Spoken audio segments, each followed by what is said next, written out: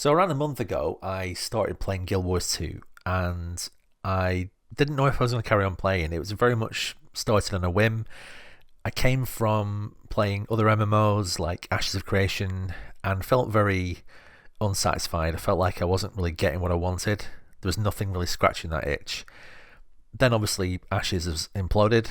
I tried WoW for a couple of days, just wasn't doing it for me. I just can't get that old magic back with that one.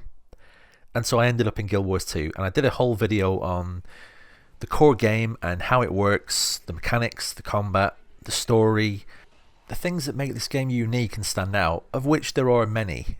And yeah, I gave you my impressions. So I've just left the Living World Part 1 and Part 2. I'm now heading into the first proper expansion, Heart of Thorns. So I just wanted to give you my thoughts and impressions on what I've just experienced with Living World Part 1 and Part 2. Now, naively, originally I was going to include Living World Part 1 and Part 2, just kind of like bolt it onto Heart of Thorns. That's because I had no idea how much content there was, and now I do. I want to cover them separately. What you've got essentially is two separate pieces of content. Obviously, 1 and 2, yeah, I know. But they're both very different in theme as well. So the first piece of content, and by the way, these are spoilers for the story. So if you've never played Living World Part 1 or Part 2, just turn me off, shut me up, and go and play them, or don't play them. But yeah, I'm going to spoil some of the story elements just by the very nature of this video. So be warned, there are some story spoilers here. Okay, right. First Living World story is basically Scarlet Briar. She is a Sylvari genius. She looked into this device, saw something she shouldn't have seen, and it sent her a bit screwy, basically. And that's it. She's lost the plot. She's started to use her genius to create all these different like devices and contraptions. And she's also used her tactics and her skill to pit all these different factions that are already hostile towards you against each other. So you've got the Crate, you've got the Nightmare Court, you've got the Dredge. They're all like being fused together and working in a single goal to bring down Divinity's Reach and its leaders. I could sense the magical framework. A mesmer had formed the illusion. She just closed her eyes and raised her hands toward it. Magic crackled from her fingertips. I found the crack in its cloak. A magical poke in the right place, and it dropped like a Norn fart at a moot. Jory. So when the veil came down, there it was. The tower. And the Crate. And the Nightmare Court. They weren't happy. Still aren't.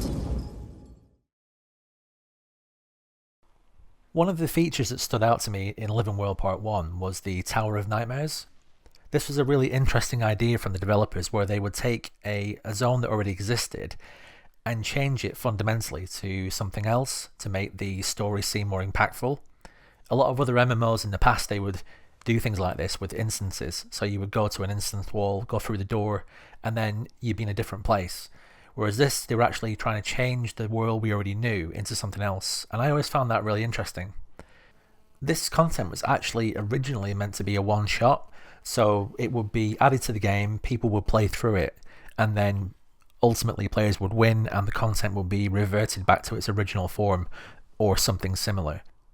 However, in 2022, the developers decided to reintroduce this content back into the game permanently, which meant that players like me coming back after years could go back and do the content as well, and I'm glad they did, because it allows people like me to follow the trail and experience things as close as possible to how things were back in the day. It was like following an invisible man. The smell of dried blood, dirty bare footprints circling each other. I think my favourite part of this DLC was actually the Twisted Marionette fight. Now, as far as I understand it, this was a 50-man raid back in the day. I actually did it as part of the story, and it seemed like it was much easier for me to do. It was still a challenge, but I didn't need 50 people around me to do it, or 49 people anyway. So as I approached the end of this first piece of content, I entered what was called the Battle for Lion's Arch, And this seemed to be some type of map situation where you had to get numerous players on the map doing certain things. I won't say exactly what, but you need to win this section before you move on to the final battle with Scarlet. As with most good stories, the winning or killing blow is not black and white, and as you defeat Scarlet, she jams her drill right into a ley line, which then sends off this shockwave and wakes up Mordramoth, and this sets up the story for Living World Part 2. So if you've never done this before and you're thinking about playing Guild Wars 2, just know from the get-go that Living World Part 1 is included in the base game, but Living World Part 2 is not. And I think that's a mistake. I think you either go one way or the other. Now, I've got no problem with ArenaNet charging money for stuff. They need to keep the lights on, they need to pay the bills, they need to keep the studio going. But I think you either choose one or the other. Because we had a few situations where friends who had played Guild Wars 2 back in the day with us came back to play, and they were excited to play. They got a few expansions, so they've already spent some money. And like me, they thought that the Living World Part 1 and Part 2 would be included in that purchase, and it wasn't. And like I've said, I'd have no problem giving ArenaNet money, but it just feels a bit like, you know, this should be included in that purchase. And if you are going to charge for one, you should charge for the other and make it consistent, or include them both, because it feels like Living World Part 1 is included. That's great. But then Living World Part 2 is this, I would say, essential lead up to the first big expansion. And so unless you've got no interest in the story at all, which I don't think is many people, you can't really not include that. You can't not play it. And so you end up having to go back to the gem store, purchase more gems, and buy it with essentially real money. And I think that's a shame, because it left a bit of a bad taste. And I know a few of our older players were like, oh, so I've just bought all these expansions, spent £80 to £100, and now I'm being asked to spend even more money on this other essential part of the story. So I think that was a mistake. I'm not sure if somebody in the writing team at ArenaNet actually hates the Sylvari, because they really are trying to make them out to be the bad guys in these first expansions. So Season 2 kicks off with the Zephyr Sanctum crashing. This is an airship. This is caused by a Sylvari called Arian, who's driven mad by the call of Mordramoth, which is obviously kicked off by the end of Season 1. I have to give ArenaNet credit, because they never set their asses and do the same thing over and over again. You can see through this process so far, they've tried like many different things already. Now with Season 1 we had this overhaul of an existing area, but for Season 2 they obviously thought they'd try something new, and they introduced two new areas. One's called Drytop and the other's called the Silver Wastes. One thing that was apparent straight away is that ArenaNet were moving away from the renowned heart system. So in core maps you would go to these hearts, and these hearts would tell you what to do. There'd be a mechanic, and you'd fill the hearts and then move on, and there'd be a story linked to that. In these new areas, now that system's completely gone, and ArenaNet seems to be shifting more towards large meta events and systems that cover an entire map. This is actually more obvious in Silver Wastes, because once you first get there, you notice you've got these caravans moving around the map with resources. You've got to protect the resources and get them to these forts. You've got to defend the forts, build them back up if they get attacked. And it's just like, feels like a very much like an ongoing fight. Even all these years later, there's people everywhere, there's fights going on, and then they lead to these large meta event boss fights. And it all just feels like a big war zone, which is exactly what I wanted it to do.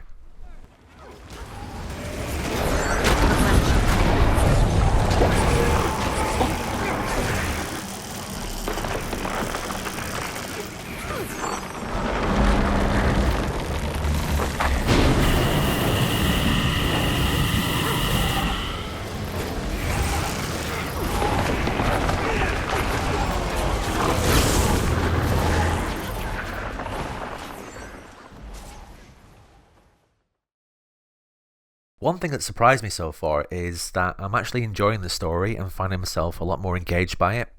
The story in the original core game did its job, served its function, and it got you to where you needed to go. It got you to the boss fights, to the end game, and it was okay, it was fine. It's nothing special, I thought.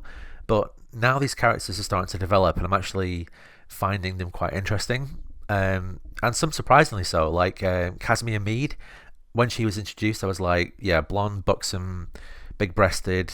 But now I'm actually quite enjoying the relationship between her and Marjorie.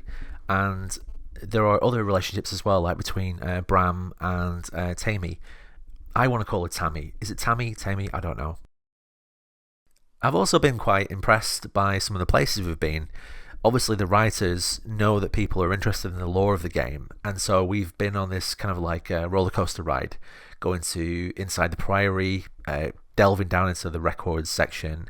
They had quite a lot of different elements to that, which was quite good. We got a chance to go into the Pale Trees Chamber and see that in a sequence. Pretty cool. And yeah, some of the forts as well, where you go into the forts to defend them, and you've got these massive vine creatures like attacking, and then this feeds into the story, and yeah, certain things happen I won't spoil. Just before I wrap this video up and get to the end, I just wanted to mention again the two new areas, Drytop and Silver Wastes. I just found them to be very well designed, and there is a ton of things you can find in them that is both interesting. You've got these lost coins, you've got secret areas. I like the way that when you are fighting these different sequences where you're trying to build these forts up and defend them, that they have like different stages, and at one point you can actually drop down below the forts and fight the vines in the basement. So yeah, some really exciting level design, and one of my particular favourite areas was when you drop down to the cavern and there's this massive great big ship just jammed into the rock, and it's just like, it just, for a second, it just takes your breath away, and you're just like, wow, this is amazing. And that's what I want. I just don't want a flat area where there's bosses to fight. I want things to actually surprise me and make me feel like I'm seeing something new. And if this is a taste of things to come with the expansions, I cannot wait to get into them. I also want my glider, which, yeah, I want my glider, I want my new mounts. I'm desperately after one of these flying mounts. I keep seeing soaring over my head. But it will come. You know, I'm not in any rush, and I'm really enjoying this content so far. So I've got a friend who's playing the game with me now, and he's been a lot more involved with the community and the game over the last 12 years when the game's been developing. So he's got an idea of what's coming, and he was telling me that Living World Part 1 and Part 2 are this bridge between the core game and Heart of Thorns. Now, to me, does that succeed in doing that? And the answer is, yeah, absolutely it does. It sets up all the characters for the new story. It brings you into a place where you understand more about the dragons and what's happening. It builds tension as the dragon is now waking, and these vines are attacking all over the realm. And yeah, it really does do everything it needed to and more to get you ready for this new chapter, this new expansion. So I think that's it, guys. I think I'm going to finish the video there. My next video for Guild Wars will obviously be a review of the full expansion of Heart of Thorns. I'm not exactly sure how long it's going to take. Like I said, I'm in no rush. I'm enjoying the content, and I think the best thing I can do is keep picking away at it. As you know, I do review other games, and I am planning other types of videos, maybe even a podcast at some point. I'm looking into that. So yeah, lots of things coming, and I'm really excited to keep producing content for you guys, and thanks for stopping by. I've got loads of new subscribers, so welcome all of you. Thank you for subscribing, really appreciate it. And yeah, let's get some more videos. Hope you're all well, and I'll see you all soon. Take care, guys. Bye.